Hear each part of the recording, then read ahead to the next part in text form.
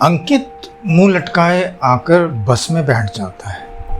वह जब भी उदास होता तो बस की आखिरी सीट पर ही आकर बैठ जाया करता था। उसके स्कूल की बस में ज़्यादा छात्र नहीं होते थे, इसीलिए बस की आखिरी सीट ज़्यादातर खाली ही होती थी। स्कूल से घर पहुंचने में बस को लगभग 30 से 40 मिनट लगते थे। जिन बच्चों के घर जल्दी आ जाते थे वो ज़्यादातर मस्ती करते हुए ही जाते थे, लेकिन जिनके घर दूर होते थे वो ज़्यादातर कुछ देर बातचीत कर सो जाते थे। अंकित की आंखें भी कुछ देर बाहर देखते देखते बंद हो जाती हैं। अचानक अंकित को लगा जैसे उसके हाथ पर कोई हाथ रखकर दबा रहा है। उसका कोई दोस्त होगा, ये सोच वह मुस्कुराते हुए आंख खोलकर देखता है।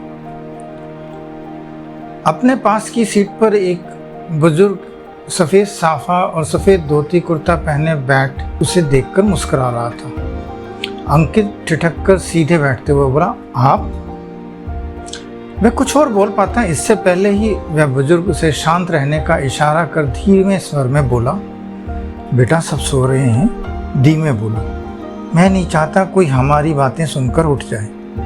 वैसे तुम्हारे सवालों का जवाब मैं तुम्हें पहले ही बता देता हूँ कि मेरा नाम अंकल नहीं है, सब मुझे रामू काका कह के बुलाते हैं। तुम भी मुझे रामू काका कहकर बुला सकते हो। मैं तुम्हारे बस ड्राइवर को जानता हूँ। जब कभी इधर आता हूँ तब वह मुझे मेरे घर के पास छोड़ देता है। अब तुम पूछोगे कि तुमने पहले तो मुझे कभी इस बस में नहीं देखा, तो तुम्हारा ये ड्राइवर भी तो इस रूट पर नया है, वैसे ही मैं भी हूँ। तुम परेशान और दुखी लग रहे थे, इसीलिए मैं तुम्हारे पास आकर बैठ गया। वैसे मैं तुम्हारे घर के पास ही रहता हूँ। मैंने तो तुम्हें कई बार देखा है, लेकिन तुमने मुझे कभी नहीं देखा होगा। अंकित हैरान होते हुए बोला, आप कहाँ रहते हैं? रामू काका मुस्कुराते हुए बोले, जिस रोड पर तुम्हें बस छोड़ती है। अंकित धीमे स्वर में बोला, वहाँ तो कोई घर नहीं है, मुझे तो बस पार्क के साथ वाली रोड पर छोड़ देती है। रामू काका हंसते हुए बोले, मैं उसी बाग के अंदर बने मंदिर के पीछे वाली झोपड़ी में रहता हूँ। मैं तो सो रहा था, फिर आपको कैसे पता लगा कि मैं दुखी हूँ?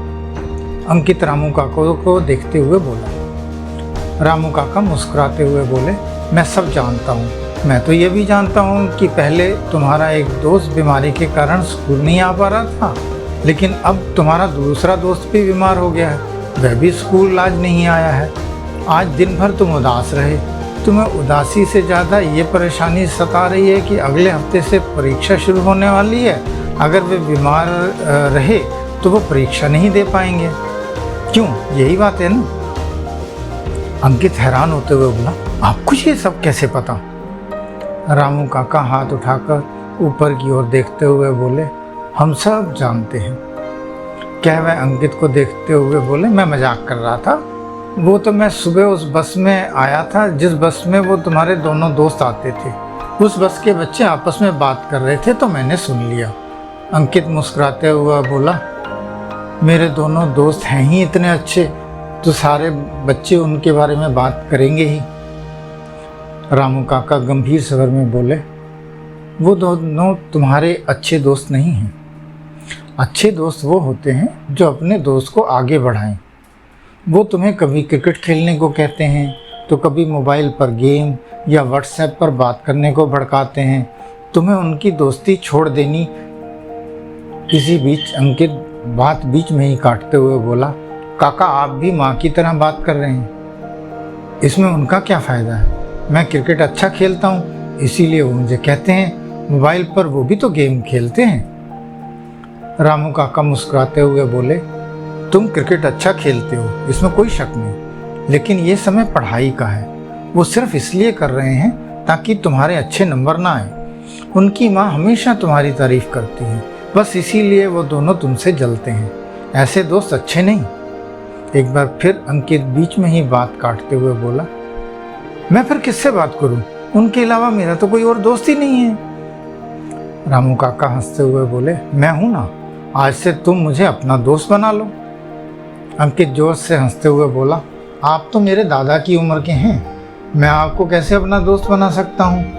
रामू काका हैरान होते हुए बोले, ये बात तो सही है, मैं तुम्हारे दादा की उम्र का हूँ, लेकिन फिर भी मेरा दिल बच्चा है।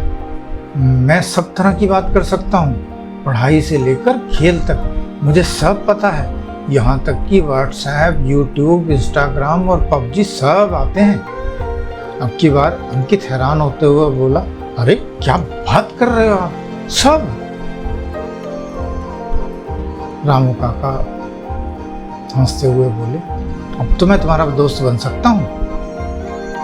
तो अंकित बोला, लेकिन प्लीज अम्मा बापू की तरह बात मत करना। रामू काका हंसते हुए बोले, बिल्कुल नहीं, मैं उनकी तरह तुम्हें कोई लेक्चर नहीं दूंगा, लेकिन एक अच्छे दोस्त की तरह सलाह जरूर दूंगा।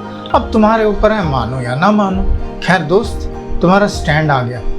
अंकित हैरान होते हुए बोला, आपने तो बोला था कि नहीं, मुझे आज आगे जाना है, जल्दी आगे जाओ, फिर मिलते हैं। कहकर रामू काका एक तरफ हट जाते हैं और अंकित अनमने मन से आगे की ओर बढ़ जाते हैं।